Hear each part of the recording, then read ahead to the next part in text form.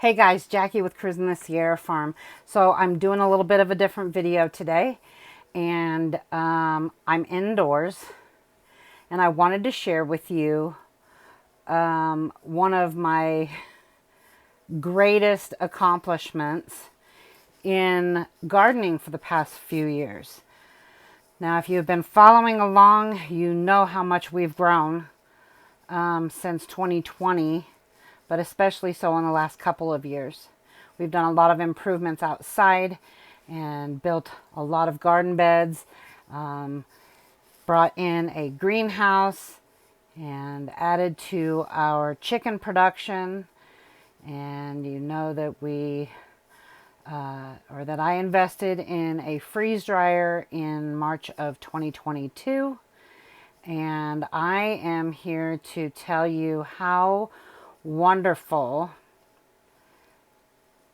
growing our garden and all the goodness in it, as well as the goodness of our freeze dryer and what it has allowed us to have. Now, not have like free have, because we've worked our butts off to get what we have. But it's so lovely to be able to have food at the tips of my fingers and not have to go to the grocery store for very much usually. I think that we've saved ourselves quite a bit of money. I don't know those numbers, but the convenience in itself is huge. So I'm going to turn us around and I'm going to go over some of the things that you see behind me on these shelves. Okay, so hang tight. I'm going to turn us around. Okay, so we have a hodgepodge of things. All right, some of it's labeled, some of it's not. So let's start out on the top shelf here. So here is a jar of freeze-dried basil. That can be used in just regular cooking in the kitchen, or I can make spice blends with this. All right. Here is some, what is this? Oh, it's freeze-dried beets. This right here is actually freeze-dried and powdered zucchini.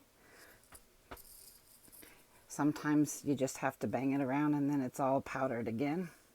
So that's zucchini. It can be used to flavor soups. It can be in our capsules. It can do all sorts of stuff. So this is a fun and interesting jar. This is a combination of our elderberries and our aronia berries. And these, once I capsulize them, or I can put them into a smoothie, will pack a really healthy punch. If you don't know much about elderberries or aronia berries, I suggest you look them up. Here we have another small jar of basil. Here is our thyme. A little bit of thyme here. Here is our Italian seasoning mix that I put into a grinder. It's got garlic and oregano and basil and rosemary and bell peppers and all sorts of good stuff in there. Here is, this is cool. Okay, so this is actually chipotle peppers and adobo sauce that I freeze dried and now have in a powder that I can use for seasoning of whatever kind I'd like. Here is some chamomile flowers. There's what looks to be a mix of lavender and maybe some mint in here. So this might be just a small jar of my tea blend. This is interesting. Oh no, this isn't what I thought it was. So this is jalapenos, chopped up jalapenos that I have been using. I've done things a little bit differently this year. Last year I was making like a pico de gallo salsa and freeze drying it. And this year because cilantro grows so amazing in the spring and early summer. I literally just harvested and harvested and harvested and freeze dried the cilantro as it was coming. And then these are from last year's garden at the end of the year. And I have been actually making the salsa with freeze dried ingredients that I have and then fresh tomatoes. And so we are doing more of a traditional salsa than a pico de gallo. These are bananas, powdered bananas. They will go into our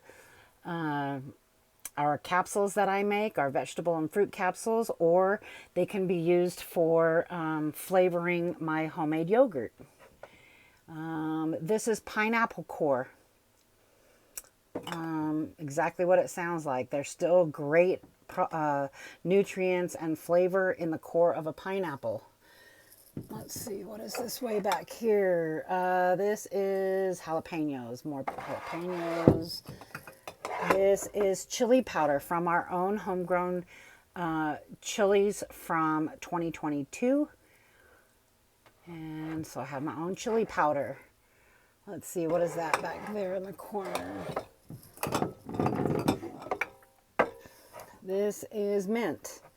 So when I add to our chamomile tea blend, I will add some more mint in. This is a little bit of extra on our garlic salt blend. This goes in a grinder, and it's freeze-dried homegrown garlic, as well as pink Himalayan salt and peppercorns and chive blossoms from the garden. All right, let's go down to this shelf. So then here we have, as you can see, rosemary, chives from the garden, oregano from the garden. I have a big half-gallon size that's probably got about half of it left that my husband used half of it for our Chileno canning this year. Back there are some tricolored bell peppers. These are freeze-dried elderberries, freeze-dried pico de gallo, more basil. Oh no, I already showed you that basil. Or maybe it's a whole nother basil. I have a lot of basil. All right, so here we have celery from the garden. I still have more celery to do from the garden too. So here's poblano peppers from last year. Well, there's a jar of Chilenos back there. But then back here we have white, yellow, and red onions from the garden. Now this isn't all of, that's one thing that I wanted to say is usually you would store freeze-dried goodness in Mylar bags to keep for 25 to 30 years. And I do have that. However, I like to have the ability to have stuff on hand. I can just go grab and, you know, get it out of the jar really quick. Now, so this would be short-term storage, although it'll still be a decent amount of time. They are in a dark area when the light's out, so I don't have to worry about anything. And you can see that there's oxygen absorbers in all of the jars. Anyway, back to this. So this is just my have on hand to use for cooking every single meal. Okay. All right. So now let's go back and let's move this stuff over because I've already talked about that one. Wait, did I? Yeah, that's basil. Basil everywhere. So here we go. This is clary sage. This is got medicinal properties. Okay. Look it up. I'm not going to preach to you about everything that I have in here and what it's for. Look it up. Learn. Let's go over to this side. Okay. So here we have elderflowers. Look it up. Elderflowers will be used in tinctures. Sorry. Yeah. Well, some tinctures. It'll be used in teas, tea blends. And yeah, you can make all sorts of good stuff with it. These are Peter peppers, also known as penis peppers. They have a strange look to them. So anyway, these are supposed to be hotter than jalapeno. Some more oregano. Here we have the celery tops from last year's harvest. These are great for soups and stews to add a little bit of flavor and nutrients. And more chives from last year. So that's actually last year. I need to put that at the back. All right, let me move this. Goodness gracious. Put the elderflowers back up here. All right, so this used to be nice and full, but we use a ton of garlic here. But these are chunks of garlic, and it's so nice to be able to just come in here and grab chunks of garlic for dinner. Whether it be you're cooking, spaghetti sauce or whatever it is you're doing. Whatever calls for garlic, even if it doesn't call for garlic, put garlic in it. Here are some more chamomile flowers. These are pineapple chunks. Those are so amazing. Great snack. Fantastic flavor. More elderflowers. Let's see, what is this white powder right here? More bananas? Yep, more bananas. Man, I need to combine my banana powders. Purslane. Here's the one that I started to pick up here and thought that I knew what it was and that it was cool. This is actually purslane. It is a weed. And if you don't know anything about purslane, Purslane, go look it up. It's actually packed with nutritional value. If I don't grind it up and use it for us, I very much pull it out of the ground and feed it to my chickens. Excellent, excellent nutrients. Mushrooms. Mushrooms, I have several different meals that we cook mushrooms for. Beef stroganoff, our creamed hamburger over rice. Also great for the cream of mushroom dry soup base that I make. The rest of that is just canned goods down there. All right, so let's put this back. That's not going to stand there very well. Let's see here. Let's put it down here. All right. Lemon balm. Again, look it up. I'm not going to preach to you about the medicinal properties of everything, besides the fact that I probably don't remember all of the goodness that comes from these. So the next couple actually, well, one of these two is actually really great information that I learned about yarrow. Yarrow, however you want to say it. But these are the leaves of a yarrow. They used to use this to stop the bleeding on soldiers, like we're talking like Spartan type days. So this is what they used to use. They would pack the wound with yarrow leaves to stop bleeding. These are yarrow flowers. And I'm going to have to relook up what all that's good for. But again, do your own research. Here we have parsley from our parsley plant from last year. My parsley didn't do so good this year, so I'm glad that I still have some from last year. All right, let's see. I think we've covered everything that's in this little nook here. But I just wanted to show you, like, this is what is possible if you take, just that leap of faith and start growing your own stuff. Some people are like, oh my gosh, those freeze dryers are so expensive. But look at this.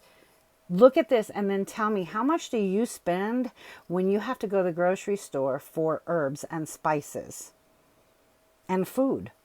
How much do you spend? Because I can guarantee you that what I have in this closet right here, honestly, I can't even try to make a guesstimate. But the biggest thing for me is the convenience. The convenience. Oh my gosh. I love not having, like I need to prepare a meal that's going to require celery. For instance, our tuna noodle casserole that we make requires the celery, requires onions, requires cream of mushroom soup. I make my own. All right, so since I keep mentioning the dried cream of mushroom soup that I make, you can see the chunks in there. That's all freeze-dried mushrooms. And the rest of it is dry ingredients. And it's so lovely to be able to just come in here, grab a third of a cup or whatever I need for my recipe. And I've got my own. I do not have to go to the store. So anyway, I hope that you guys love this video, and please feel free to share it if you think that it holds some value, or you think you might know somebody that you know, hasn't really pulled the trigger on getting themselves a freeze dryer, or maybe you haven't. I absolutely love my freeze dryer. There's a lot of people that are complaining about, oh my gosh, the pages I belong to, everybody's talking about all the problems. Well, that's what happens when there is an issue. That's what most people talk about. They don't talk about the good, they talk about the bad. And myself, I could use that little advice of to talk more positive and leave the negative behind. I just think this is so valuable to share with others. Not only for the convenience, I have to bring this up really quick. Whereas dehydrating, water bath canning, pressure canning, they are all dealing with a level of heat that kills nutrients, okay? When you're dealing with freeze drying, it preserves 97% of the nutrients. That was a big seller for me. I don't have the space to show you the rest of everything that I have done with the freeze dryer, but I have, I will tell you that I do send homemade meals from our garden to our son who's in college. There are days when, like on the weekends, where one meal a day is not served in the cafeteria. So that one meal a day, he heats up a freeze-dried meal. There's times where the cafeteria is closed for like vacations that he's unable to fly home for because it's a lot of money. And so these help him get through those times as well. Besides the fact that it just makes him feel the comfort of home when he's tasting mom's homemade spaghetti with his venison meat in it. And it's just been such a wonderful, wonderful, wonderful tool for us. It's not going to be for everybody, but I just wanted to share with you what it's done for us. Okay? So please, again, feel free to share this. I hope you found this helpful in maybe a future decision. But I hope you all have a great day, and we'll see you on the next video here at Cruising the Sierra Farm. Have a great day.